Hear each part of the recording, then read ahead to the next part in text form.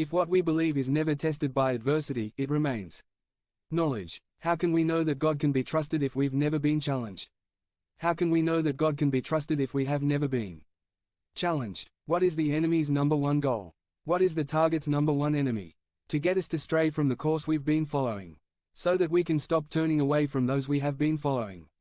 Remember, God isn't the bringer of the adversity.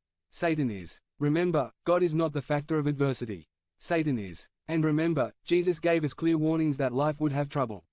And remember, Jesus gave us clear warnings that life would have problems. God only had two options.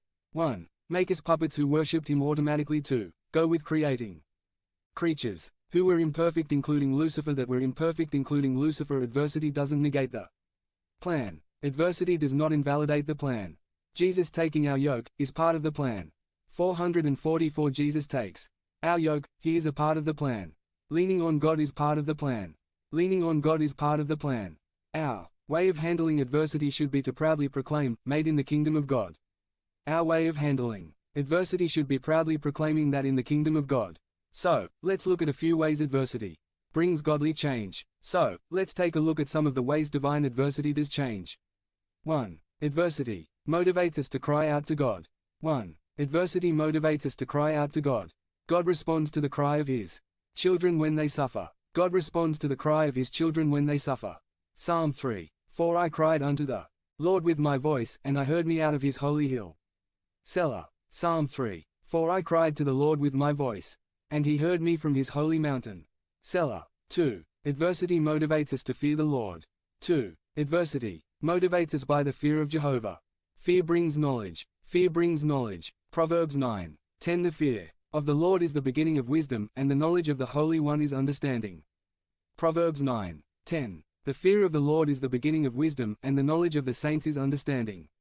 Adversity brings knowledge. Adversity brings us knowledge. Struggle leads to knowing more about God.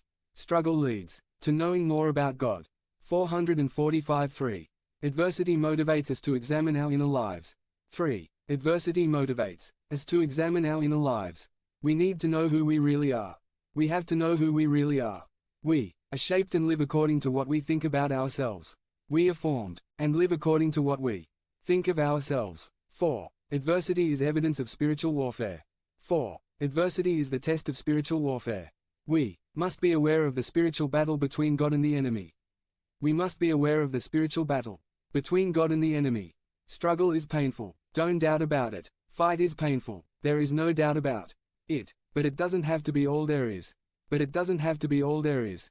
In fact,